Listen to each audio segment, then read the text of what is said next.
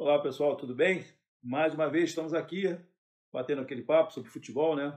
Eu estou gravando aí alguns episódios sobre a mente, né? Secreta, não digo secreta, mas misteriosa, né? O treinador tem uma mente meio misteriosa, estratégia, tem uma série de coisas. Aí eu resolvi gravar 8 episódios e esses episódios vão ser importantes. Esse aqui é o quarto, é a gestão de cabeça, né? E gestão de cabeça, isso é um termo que todo mundo usa hoje, né? Mas eu quero, assim, frisar mais ou menos como é que a gente consegue administrar determinadas situações. Vou usar alguns exemplos e, enfim, apresentar para você o que, que acontece de vez em quando nesse quarto episódio aqui, que ele é interessante, né? Gestão de cabeça é um negócio, assim, muito, tem muito a ver com psicologia e eu gosto muito dessa área. Neurociência, também pesquisar, né? Eu não vou dizer que eu seja um estudioso, mas eu gosto de pesquisar, saber o que, que falam sobre os neurônios, sobre o hipocampo, né?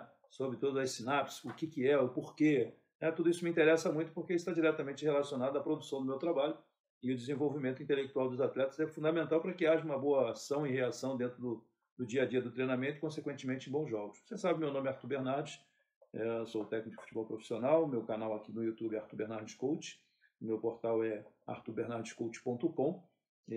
Eu espero que você se inscreva aqui no canal, que você passe para os seus amigos, informe, né, aperta lá naquele sininho lá e dá um like para você poder me ajudar. Isso, obviamente, se você gostar do material que a gente está passando para você. Com relação a esse trabalho de hoje, esse episódio, que eu falei aqui sobre gestão de cabeça, eu queria falar sobre como direcionar o cérebro dos atletas.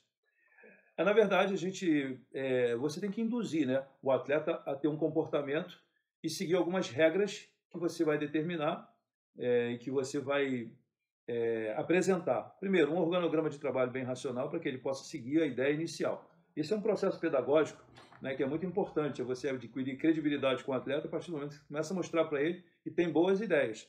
Né? Obviamente que você tem que ter ideias que estejam, né, hoje globalizadas, algumas coisas que não sejam tão diferentes para eles, mas tem que ter muito conteúdo também diferente próprio. Né? Cada um tem o seu conteúdo pessoal, a sua criatividade, por isso que esses mistérios da cabeça do treinador é muito importante passar para você ter uma ideia de como é que funciona, né? Então, você direcionar o cérebro do atleta, por exemplo, você criar algumas jogadas ensaiadas e dizer, você vai repetir isso aqui, e isso aqui vai automaticamente acontecer durante o jogo, é um aprendizado por osmose. Pô, mas como é que o atleta vai lembrar disso? O atleta não vai lembrar de jogada, ainda mais com a bola em movimento. Mas muitos deles conseguem lembrar, porque a repetição leva você à indução do cérebro. O cérebro dele vai obedecer, e a mecânica do movimento vai ser induzida pelo cérebro. Né? Então, esse estímulo que você dá no dia a dia, mostrando teoricamente, depois trazendo para a prática, facilita muito o aprendizado. Então, tem que ser coisas bem claras e bem definidas para que não haja muitas dúvidas. Né? Por exemplo, autonomia para os atletas. A autonomia eles vão ter que ter sempre. Você, às vezes, quer que eles façam exatamente como você quer, mas tem algum momento ali que a dinâmica do jogo ela é diferente da dinâmica do treino. Então, você tem que criar um treinamento para que aconteçam quase todas as oportunidades que venham acontecer no jogo, ele saber realizar. Por exemplo, aconteceu um fato agora na final da Libertadores Flamengo e Atlético Paranaense, que um atleta do Atlético Paranaense foi expulso cedo no primeiro tempo. Até então o jogo estava bem equilibrado, marcação perfeita do Atlético Paranaense, o Luiz Felipe Scolari fez uma proposta de trabalho para que neutralizasse os pontos de toque, de bola, de criatividade que era o meio campo. E esse aqui é um exemplo de autonomia para o atleta que eu citei, é você dizer para eles, olha, eu dou a estratégia, mas na hora lá da execução são vocês.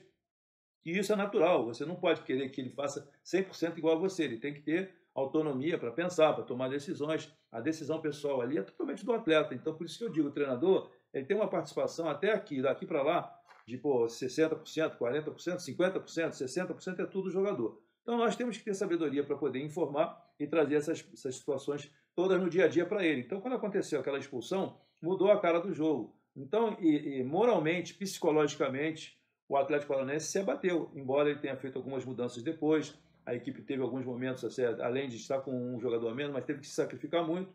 Um jogo no Equador já muda um pouco, o ambiente é outro. Então, tudo isso fez com que facilitasse a situação. Eu estou até comentando o jogo que não era o meu objetivo, mas é só exemplificando. Assim como a saída do Felipe Luiz facilitou a estratégia do Felipe Scolari. O Filipão, o que fez? Facilitou não, perdão, dificultou o Atlético Paranaense. Por quê? Porque entrou um jogador mais rápido, o Lucas, um jogador extremamente rápido, e foi ali que saiu o pênalti. E aí aconteceu 1-0, perdão, o pênalti não, a falta, e essa exclusão do Pedro Henrique, que é o jogador do Atlético Paranaense, facilitou as ações do Flamengo. Então, essa autonomia o atleta tem que ter, mas tem que saber tomar decisões, porque aquela bola estava indo para o fundo e não tinha praticamente perigo nenhum, era só ele cortar caminho e pegar o atleta do Flamengo lá na frente. Enfim, voltando aqui, induzir a repetição. A repetição, induzir a repetição é você... Eu trabalhei com voleibol, eu fui atleta de voleibol e gosto muito da repetição. A repetição você faz com que você crie uma mecânica de movimento quase que perfeita, desde que você repita. Tudo tem que ter repetição. A base do esporte no mundo inteiro é o atletismo. Tudo começou pelo atletismo. Então, você vai fazer um lançamento de dardo, né, na universidade, a gente aprende isso, a fazer a mecânica do movimento certinha, você repetir. São os primeiros movimentos, secundários, terciários, tudo isso é muito importante. Então, você tem que induzir o atleta na repetição. A repetição vai dar uma característica de sabedoria onde correr na hora do jogo. Se você repete os movimentos, fatalmente, de forma involuntária, ele vai executar aquela mecânica durante o jogo. Então, isso aqui é muito importante. E o sacrifício mental, né? O sacrifício mental, rapaz, é um negócio assim muito sério, porque o desgaste que nós temos, né, nós treinadores, é muito grande para preparar uma equipe, como aconteceu agora nesse mesmo jogo. O Filipão preparou uma estratégia, assim como o Dorival, e de repente um atleta comete uma falha dessa, né, que isso é um erro, porque eu particularmente não gosto muito de zagueiro dando carrinho, isso provoca uma série de problemas, provoca cartão, como aconteceu, você pode se machucar o joelho, pode prender o pé na grama e torcer teu joelho. Você viu a lesão do Felipe Luiz, foi uma lesão em que ele torceu o joelho também, ali pode ter um problema de ligamento cruzado, ou lateral medial. Ou seja, todos esses detalhes você tem que estar repetindo diariamente, por isso que eu coloquei aqui, o sacrifício mental. O atleta tem que prestar muita atenção naquilo que nós trazemos para eles, porque nós temos tempo e obrigação de trazer a informação e criar treinamentos e dispositivos para que eles possam desenvolver naquele setor, naquela posição, determinadas valências que talvez ele até não conheça. Tem muito atleta que joga futebol de forma intuitiva. Ele tem um talento e se torna um atleta de futebol profissional. Mas no fundo, ele não conhece muito do que é aquilo. Então, quando você começa a trazer informações, posicionamento corporal, bola lateralizada, como é que você faz? Os laterais, quando vão bater, o lateral bate muito curtinho, aí traz a marcação toda para ele, aí você que bateu o lateral fica com um campo de ação muito pequeno. Por isso que é importante você afastar, não trazer ninguém da tua equipe quando você vai bater o lateral. Então tem que treinar também o braço para você poder lançar a bola longa, para criar o espaço para você entrar e ter liberdade para você entrar no jogo. Então, olha quantas coisas são importantes. Por isso que eu falo isso aqui, ó. Esse aqui é o sacrifício mental. Ele tentar aprender. Ele tem que aprender. Bom, tem duas coisas. Quando você fala em teoria, é uma coisa, o cara presta atenção e tal, mas de repente escapa um pouquinho. A neurociência mostra muito isso.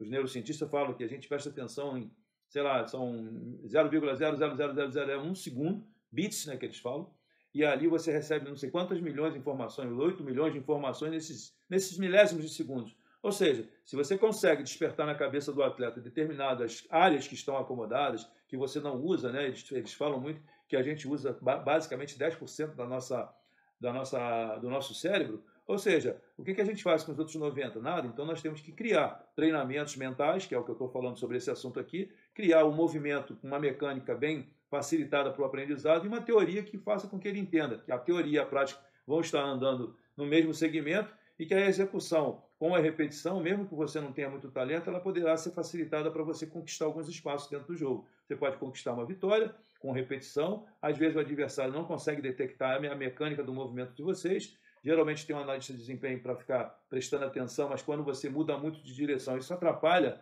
a leitura do treinador, o treinador não sabe como ler, por exemplo, meio campo do Flamengo, Everton Ribeiro e Arrascaeta, eles mudam de posição o tempo todo.